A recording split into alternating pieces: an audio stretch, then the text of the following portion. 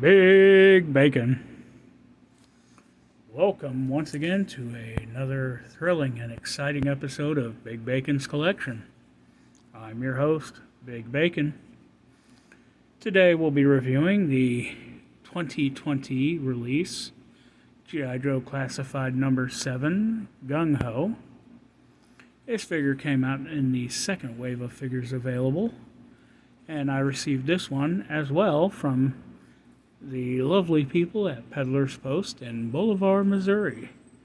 If you're ever down that way, feel free to stop in. The selection of toys, action figures are unparalleled in the entire region, to be honest. So let's get into the review, shall we?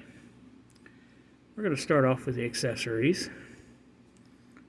First and foremost, Gung Ho comes with this backpack.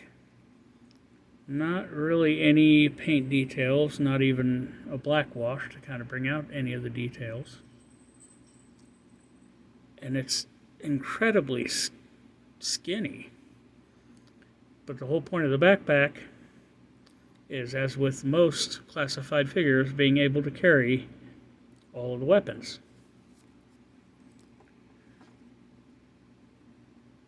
He comes with this futuristic laser shotgun looking thing.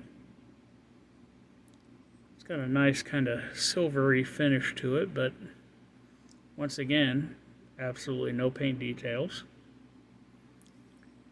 And if you do it just right, this will actually,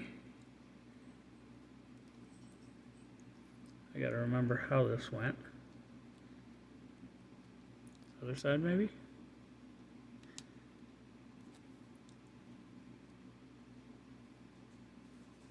One side's too thin, one side's too thick. It's a little annoying.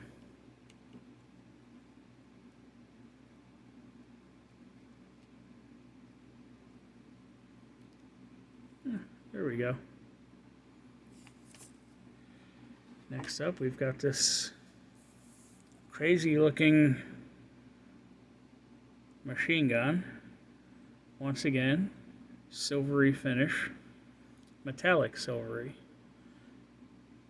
but no paint details, no black wash, nothing. And like the other one, it's supposed to plug into the backpack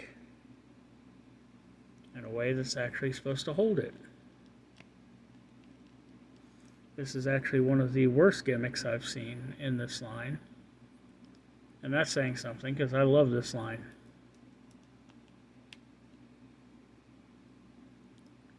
Yeah, that'll do. It's holding, but not well. Third up, we've got what's supposed to be a lasery update on his break barrel grenade launcher. Once again, great detailing, sparkly silver paint, no additional paint details.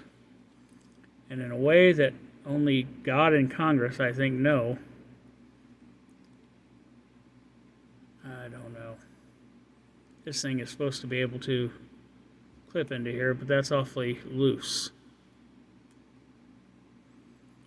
So, yeah. For our purposes, we are not actually going to be using any of those in the backpack. He also comes with, okay, Gung Ho was, and always will be a Marine. This soft cap that they've provided with a rounded edge is not a Marine hat. This is an Army hat.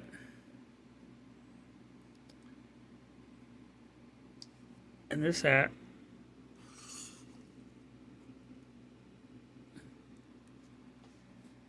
no, that just does not look right. So, I actually own the Series 2 Valiverse Sergeant Slaughter. Comes with a Marine Point hat. And if we just slap that on there, Oh, so much better. Let's get on to looking at the figure. Okay. The face sculpt, he's got that old, kind of grizzled veteran look going on.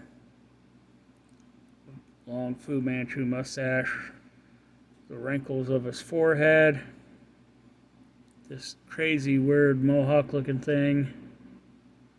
I mean, they've even got the bumps in the back of the bald head. Paint details are amazing, but honestly, I think it looks more like Chuck Liddell than it does the vintage Gung Ho. The vintage figure had just a regular draping vest with a couple grenades. This is some sort of body armor vest. Still has some grenades, but they've been relocated. The colors are much more modern military than the original kind of turquoise blue. He's got the Joe Pro up here on the shoulder. A lot of these Joe figures have that. Back of the body, we got a lot of silver paint detail and scuffing. Makes it look kind of weathered and worn. I love that. Got this weird little shoulder armor piece. I have no idea why it's there. Nor do I know why he's got a armored forearm guard. Other arm, just a regular standard elbow pad. But if you get up close here on the arms, I mean, he's jacked. They've got vein detail.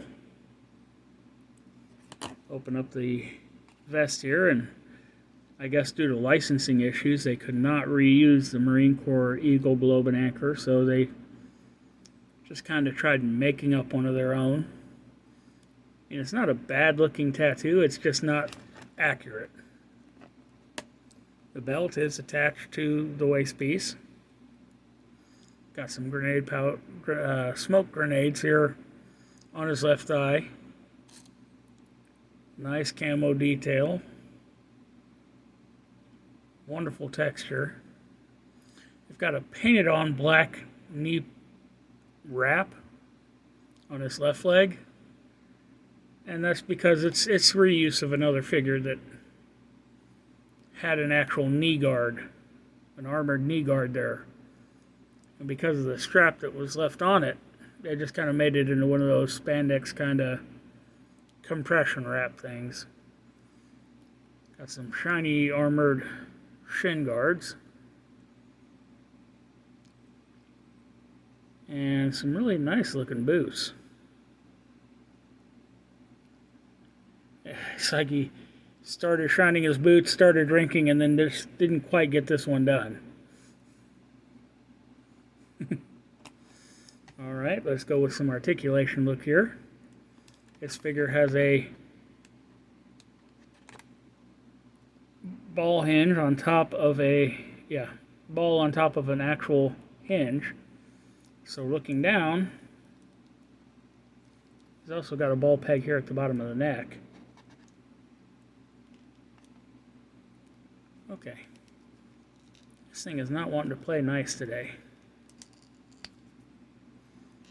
As you can see, there is a ball hinge on top of... Yeah, it's just not wanting to cooperate. I might need to heat this joint up.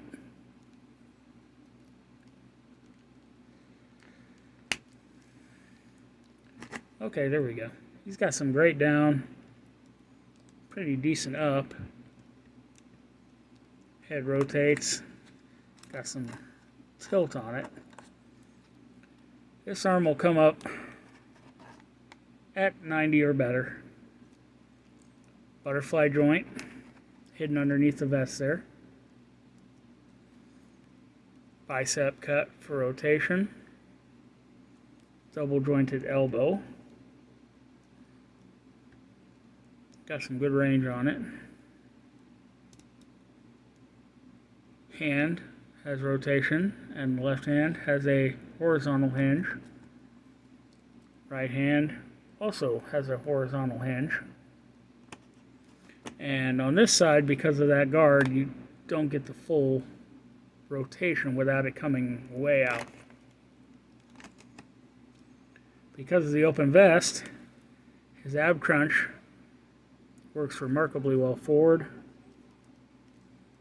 Not so much back. He's got a ball at the waist that allows for rotation. Drop down hip allows for 90 degrees out, 90 degrees forward. Just a little bit of back. Thigh cut for rotation. Double jointed knee. Alright, his feet. Well, I'm sorry, he does have a boot cut for rotation as well. His feet hinge back that far, and because of the armor plate, not going to go forward very far. He's got a front-facing rocker. So let's get him geared up how we're going to pose him and get him on the shelf.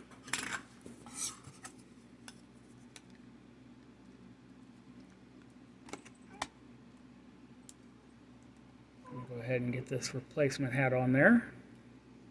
Still going to use the backpack because, I mean, I can dig out the Sergeant Slaughter one later. But for now, this one will do. Gotta find the ball in the, or there it is, the hole. And it sits on the back fairly well. And I think just for simplicity's sake, we're going to arm him with the shotgun.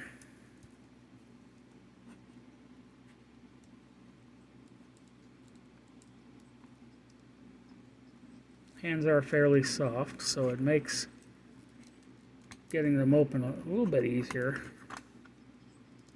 But he's still wanting to be a pain.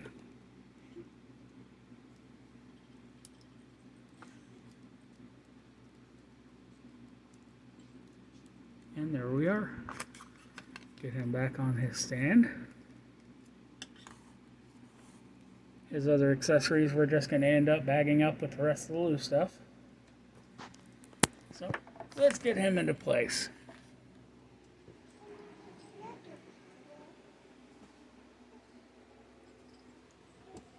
Get him up here next to Storm Shadow. And I thank you once again for tuning in. Be sure to like, subscribe, comment. Anything and everything you do helps the channel come along. Until next time.